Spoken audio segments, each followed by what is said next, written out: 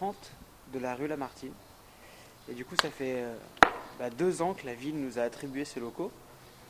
Et nous avons 3500 mètres carrés sur 3 étages. Donc en gros 3 plateaux de 1000 mètres carrés grosso modo. Donc là on a l'atelier d'un artiste qui s'appelle Olivier Soubéran, qui fait de la sculpture principalement. Et puis il a décidé d'avoir le projet de nous faire un super mur végétal. Et c'est en train de prendre, donc c'est hyper agréable. Ça apporte un peu de verdure dans ce bâtiment qui reste bien industriel quand même. Une friche industrielle, d'abord, ce sont ces lieux dans les villes qui sont abandonnés, laissés à l'abandon par l'urbanisme, parce qu'ils ont perdu leur fonction et qu'il n'est pas si évident que ça de les reconvertir. Depuis Lévi-Strauss, on sait qu'il n'y a plus de terre inconnue, celle des explorateurs, la nature que l'homme n'a pas foulée. Il n'y a pas 1 cm² qui n'a pas été balayé 50 fois par tous les satellites et il n'y a donc a priori plus d'endroits donc justement de nature sauvage. Et en même temps, d'une certaine façon, ce que ces territoires suggèrent, même si c'est un peu une image, c'est que dans le même temps, on voit réapparaître, par-delà l'idéal de maîtrise qui avait pu être celui d'un certain urbanisme, etc., au sein même des endroits qui sont censés être les plus humanisés, domestiqués, etc., là dans les villes, de l'inconnu, du sauvage, à défricher. Voilà. Et ça, c'est l'idée, c'est ça qui est excitant dans l'idée de la friche pour des artistes, évidemment. Et que tout d'un coup, ils retrouvent concrètement, dans le réel, dans le concret des lieux qu'ils habitent, ce rapport exploratoire qui est fondamental dans leur pratique, s'ils sont des créateurs en tout cas. Là-bas, nous avons la salle de peinture du collectif Amiabo. Ils se lèvent très tard, c'est des gens qui travaillent beaucoup la nuit. Donc là, alors actuellement, il y a Bruce, artiste lyonnais. Il y a Jérôme Dupré-Latour qui fait de l'illustration. Il y a François Giorangigli qui est là, qui fait plutôt de la peinture depuis 30 ans. C'est de l'abstraction, peut-être, tout bêtement. Et après, à l'intérieur de cette abstraction, je reconstruis des corporalités. Je retrouve en fait, ce sont des corporalités improbables sur des accidents de peinture. En gros, c'est ça. Je ne sais pas si on peut appeler ça une friche. Ah, si, c'est quoi? Si, c'est une friche. Mais c'est la suite de RVI. Là-bas, il y avait une vie aussi à l'intérieur. Moi, je dormais, j'y habitais. Il y a plein de gens qui y habitaient. Donc, c'était une espèce de village assez marrant. C'était une espèce de petite zone de liberté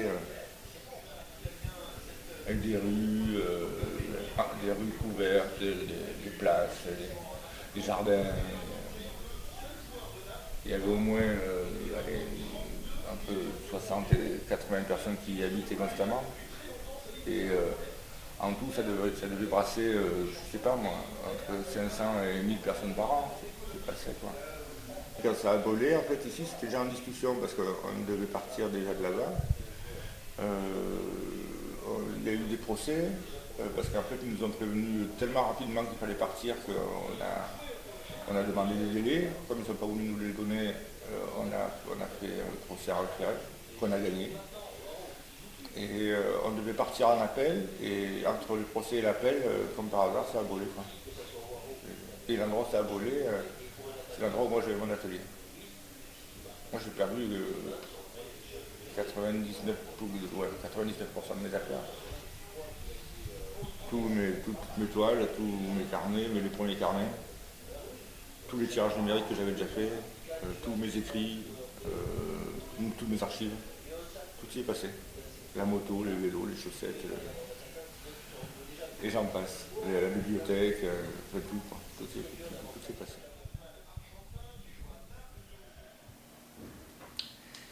On peut comprendre la peur du pouvoir public. Le lieu précédent a fini dans un incendie dont les causes n'ont pas été éclaircies. qui tombait suffisamment à point nommé pour en tout cas ceux qui étaient intéressés par le fait de passer rapidement à la suite, c'est-à-dire à la destruction du lieu et à la construction, l'extension de la SEPR, bref, un projet immobilier bien ficelé en partenariat entre le public et le privé, et couvert par un intérêt public, une utilité publique plus ou moins discutable, mais enfin. Le site d'Hervéy est aujourd'hui voué à devenir celui de la SEPR, un centre de formation en alternance avec campus, bibliothèque et logements étudiants. École d'enseignement professionnel, des logements sociaux, une bibliothèque. On était depuis septembre 2010 hors convention, je dirais, d'occupation normale des choses. C'était Hervéy pendant 4 ans, on va dire. Et puis c'était bien là-bas, un très bon moment, quoi. C'était super. On était vraiment indépendant, quoi. On venait quand on veut et puis on bossait vraiment. Et puis ce qui est arrivé, quoi, à la fin, quoi. Il y a eu un feu et puis tout est bloqué. Le déménagement, là, pour arriver à la Martine. L'ancienne usine Hervéy de la rue La Cassagne ferme définitivement ce soir à Lyon après 8 ans d'activité. À terme, elle sera rasée pour laisser place à un complexe immobilier. De recours en appel, les frichards ont plusieurs fois repoussé cette expulsion, mais l'incendie du mois dernier a quand même accéléré le processus de départ. Depuis, le site est interdit d'accès et c'est l'heure du déménagement. Philippe Préjani, Myriam Figuereau. Indéfrichable mais pas indéracinable, cette fois on remballe pour de bon. Opération démontage ce matin pour les derniers frichards, balais inhabituels et bric-à-brac ambulants sous surveillance. Ces artistes ont attendu le dernier moment pour déménager leur matériel, plus souvent par obligation que par choix. On est arrivé ici avec des centaines de chariots qui sont partis de la friche, qui ont traversé l'avenue La Cassagne, la rue Bonnefond, et c'était franchement c'était la caravane de nomades, quoi. Ce déménagement c'était surréaliste parce que du coup on a déménagé juste à côté, enfin ceux qui ont été relogés à la Martine en tout cas, c'était proche, donc tu avais des voitures blindées de chez blindées, et puis ouais c'était le dépouillage parce que la friche c'était une mine de matière, de matériaux, de trucs qui avaient été récupérés, récoltés, amassés, c'est-à-dire qu'à la friche tout rentrait mais rien ne sortait, tout ce qui est là, les poutres, les IPN, tout vient de la friche, les étagères, tout est made in friche Hervéy. Donc voilà, mais franchement on avait l'impression de se voler, quoi, enfin, tellement il fallait aller vite, démonter, c'était particulier, quoi. Enfin, moi j'ai pas trop aimé ce moment, quoi. Samedi matin, tous devront avoir quitté les lieux, alors ils le savaient, la friche est éphémère, n'empêche, la sortie est amère. C'est de la façon dont on la quitte, c'est un peu brutal, c'est un peu violent, puis voilà, c'est le pillage, quoi. Du coup, on a l'impression de se voler nous-mêmes, quoi. On a l'impression de saccager nos propres espaces. Voilà. Ils ont grave bossé parce qu'il y avait rien, quoi. Faut pas oublier on a tout fait à la main, là. Tout ce que vous voyez, ils ont là, tout fait eux-mêmes. C'est maçonnerie, du bois, du machin, ouais, voilà. Ça a été du boulot pendant bien 3-4 mois, je dirais. Ouais. Après ça s'est étalé, mais... Ça s'est étalé dans le temps. Ouais, en gros c'est un an de boulot, quoi, pour voilà. que les locaux soient finis. En gros c'est ça, ouais. Là on y est depuis pas longtemps, depuis fin mars, début avril, un truc comme ça. Ouais. Donc voilà, ça a mis le temps, mais on y est content. Ils y sont. On y est. Et ça joue.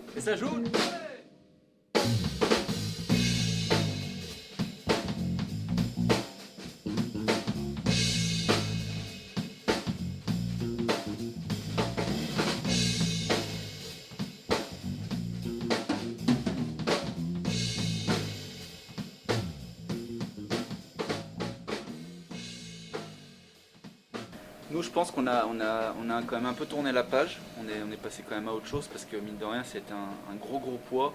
C'était du temps d'attente, donc le temps de déménager. Déjà rien que le jour J, ça a été un peu dur parce que il y avait pas mal de, comment dire, il y avait des forces de l'ordre, les pompiers, les machins. Donc ça a été vraiment difficile. Malgré tout, on y était bien dans cette friche.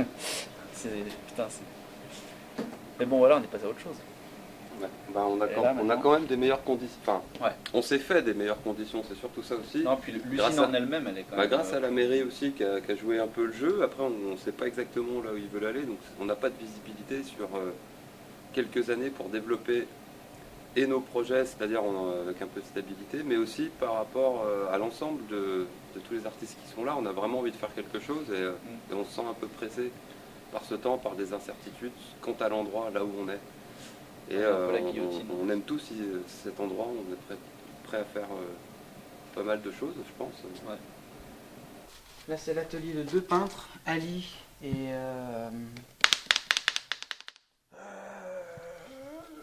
comment il s'appelle déjà? Bon, bref, j'ai oublié son prénom.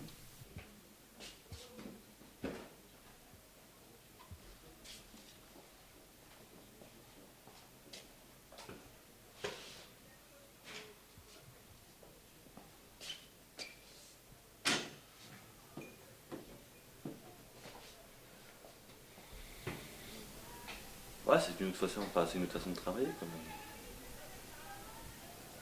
Faut être plus ordonné, quoi. Moins bordélique. Enfin, je parle de moi en fait. Parce qu'avant j'avais une surface, une énorme surface, les toiles, je pouvais les poser où je voulais. Je pouvais même me faire un salon et tout. Donc là, il y a un banc. Une table. Mais moi, il y a Ali qui est là pour structurer un petit peu aussi. Le truc. Disons que c'est différent, parce que le lieu n'est pas le même, parce que l'aventure s'est faite dans l'urgence déjà. Et puis au niveau boulot, c'est vrai que le manque de place fait qu'on gère différemment l'espace, le temps. Nous, on a 14 mètres carrés ici, dans un atelier qui fait 30 mètres carrés. Comme vous pouvez voir, mon collègue fait des pièces assez grandes. Et bon, voilà. Mais le bonus, la différence bonus, c'est que c'est beaucoup plus propre ici. On a une dynamique plus proche de nos besoins finalement. On se déleste pas mal de ce qui ne nous sert pas. Et puis on a une visibilité peut-être un petit peu plus propre vis-à-vis des riverains, des voisins, des interlocuteurs aussi, des clients. Et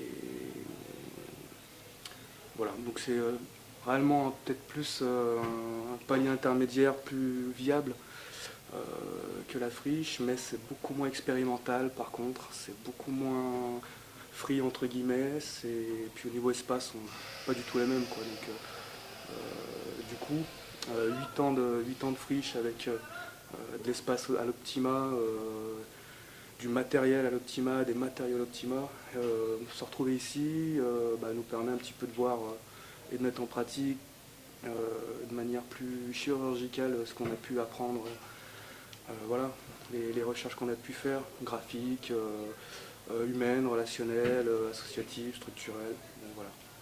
Ce qu'on a réussi à faire pour l'instant, c'est que chacun travaille, chacun fait sa création artistique, avec des locaux plus ou moins bien adaptés, mais en tout cas ça marche. Il y a une création qui est assez intense, on va dire, par rapport au nombre de personnes qui sont là. Et le qu'est-ce qu'on fait, c'est plutôt, d'après moi, comment survivre là, c'est-à-dire qu'officiellement il y a une date butoir qui est le printemps 2014. Au printemps 2014, le stade qui est à côté devrait s'agrandir et donc raser ce bâtiment. Comment faire, et c'est une question pas simple, comment faire pour que l'expérience ne s'arrête pas au printemps 2014, en fait, tout simplement. Oui, je trouve que c'est problématique à deux niveaux. Le premier, c'est que ça montre un manque de volonté de la mairie, que ce type de lieu existe réellement, quoi. Et donc une méconnaissance de la réalité de ce dossier-là, quoi. Enfin, je sais pas, enfin, si on comparait une association de football qui ne reçoit que ceux qui jouent au foot, quoi. Puis personne n'a le droit de regarder, tu vois. Ça serait un peu bizarre, quoi, finalement. Donc voilà, mais je trouve que ça pose également, en deuxième partie, ça pose également la problématique de nous, notre façon de réagir par rapport à ça, et de voir qu'est-ce qu'on propose d'autre. On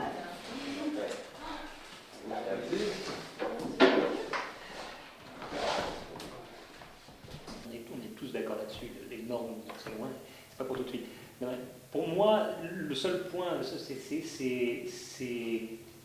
se joue un peu ailleurs, c'est que tout ça, c'est beaucoup des histoires de personnes, des histoires d'humains, de volonté, de désir. C'est ça qui va être décisif dans ce genre de décision. C'est pas des raisons objectives ou des textes réglementaires au bout du compte. C'est s'il y en a un qui dit ouais, ça vaut le coup, on y va, il y en a un qui dit ah putain, ça fait peur, on n'y va pas. Le vrai enjeu, il est là aujourd'hui. C'est où on continue sur ce registre du. On met la poussière sur le tapis, quoi.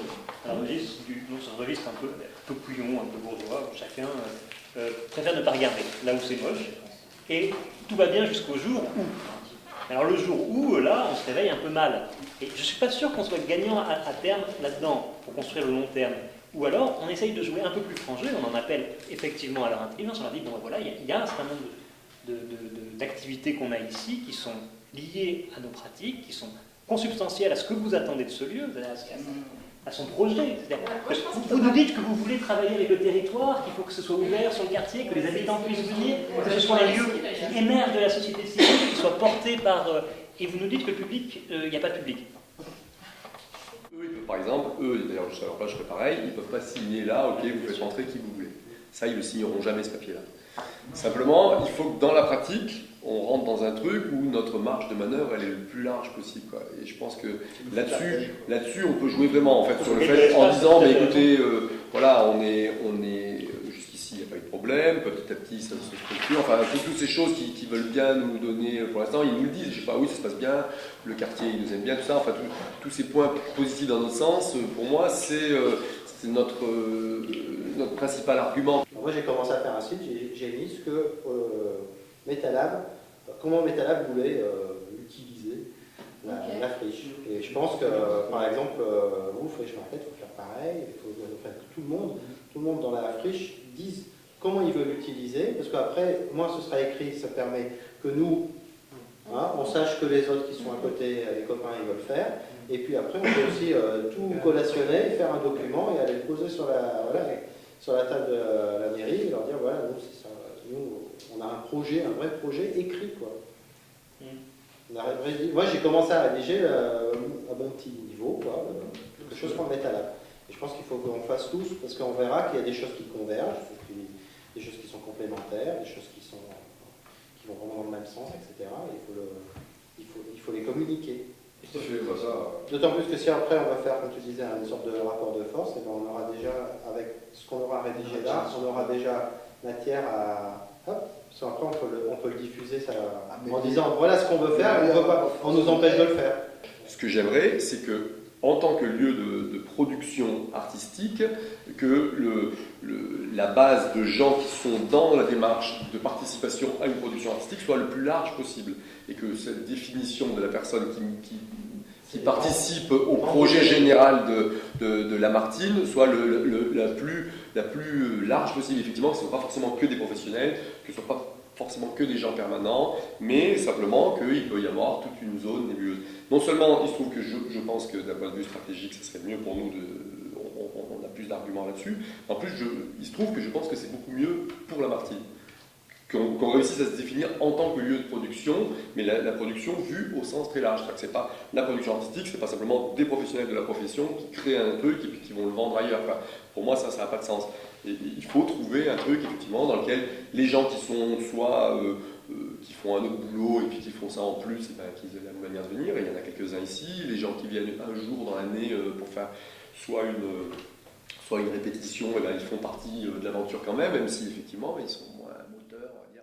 Et donc voilà, ça c'est l'espace qui a été attribué à...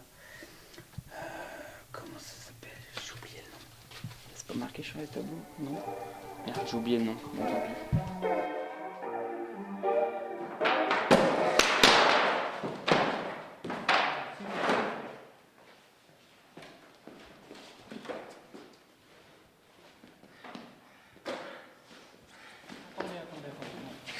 qu'on va attaquer on va pas attaquer par le début.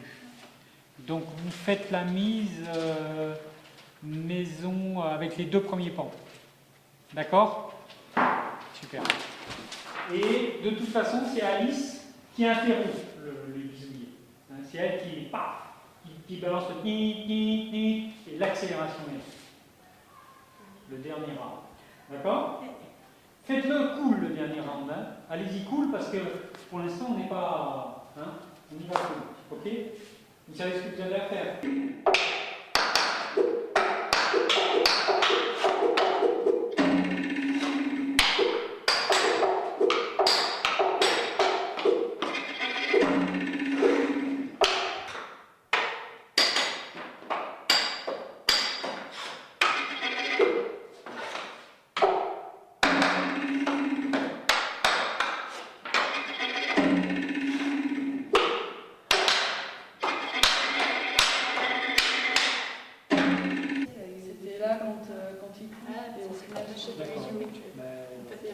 Je crois qu'elle a pris l'eau en fait.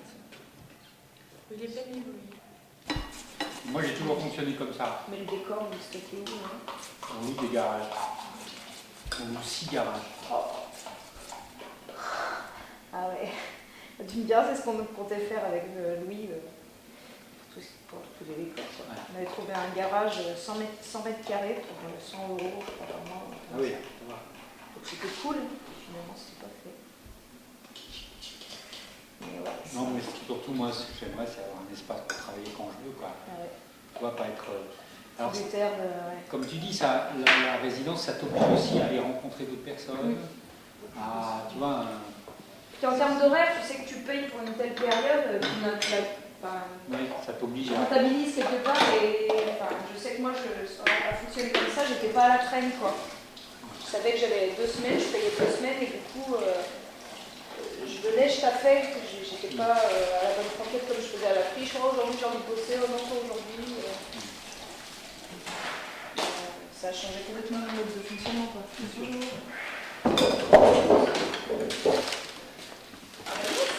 Merci Marion.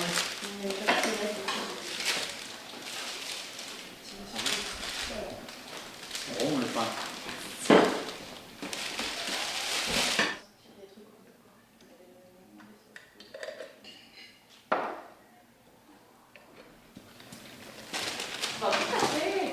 Ça va, vous, ça avance? Ça ne recule pas. Hein. Ah. Écoute, on a perdu Tony, mais on va le retrouver. Tony? Tu connais pas Tony? C'est le nom du personnage de Florian. C'est Tony. Il s'appelle Tony. On va commencer à Encore un petit peu de patience. Clémentine! Profitons-en. Donc ça c'est l'atelier de la seule plasticienne qui est sur cette aile, qui s'appelle Clémentine Cadoret, qui fait de la peinture et qui travaille beaucoup la marionnette. Tu vois, elle fabrique des petites marionnettes comme ça. Les sorcières-moises, la femme à barbe.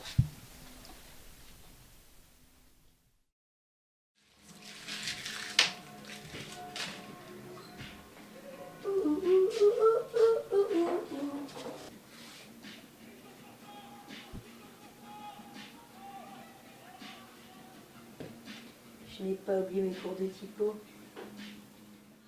Enfin, tu vis complètement en parallèle du système, en fait. C'est... Ouais, c'est un petit monde, c'est une micro-société dans la société, quoi.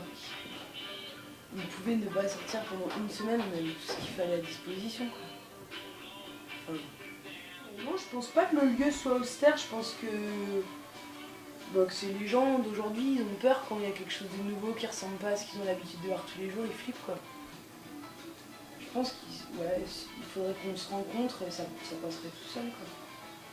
Mais après, ouais, je pense que c'est la peur de l'inconnu. C'est pas partout que tu vois un lieu comme ça, quoi. Le problème du public est central dans nos enjeux. Et je crois que c'est vraiment, encore une fois, à la fois esthétiquement et politiquement qu'il est central. C'est en même temps un enjeu central dans nos démarches d'artistes qui ne sont pas satisfaites par le régime institué de la relation entre l'art et son public et qui voulons trouver d'autres manières, d'autres régimes de ce rapport au public.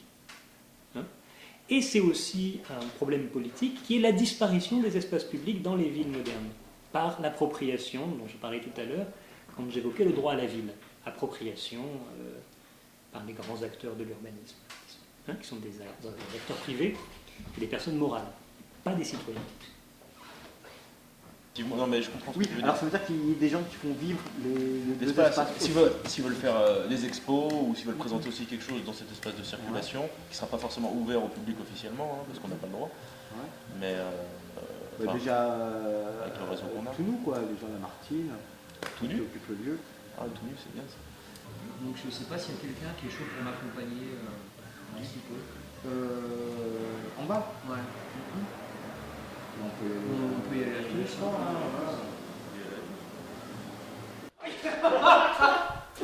C'était fou, il y avait quelqu'un. Baissez-vous, baissez-vous, baissez-vous.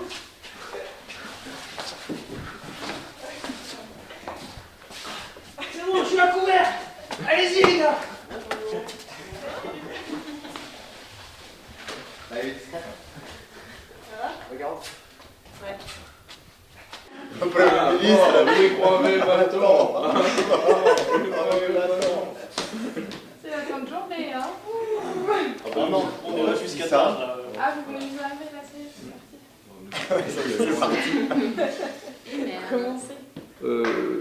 L'image positive et négative dont on parlait pour les friches artistiques, c'est l'image positive et négative de l'artiste d'une manière générale dans la société, c'est-à-dire que c'est en même temps, quand on dit à quelqu'un je suis artiste, ça a en même temps un côté très positif et très valorisant, et en même temps un côté un peu en marge, il va avoir des réactions bizarres, enfin, et je trouve que c'est bien que les gens voient en fait tout simplement des exemples concrets de ce que c'est qu'un artiste, qui est en même temps, par certains aspects, d'une banalité totale par rapport à d'autres métiers, d'autres activités, on va dire. Et puis effectivement, il y a mettre quand même en exergue aussi cette particularité de l'artiste. Elle existe en tout cas, et c'est bien de le montrer.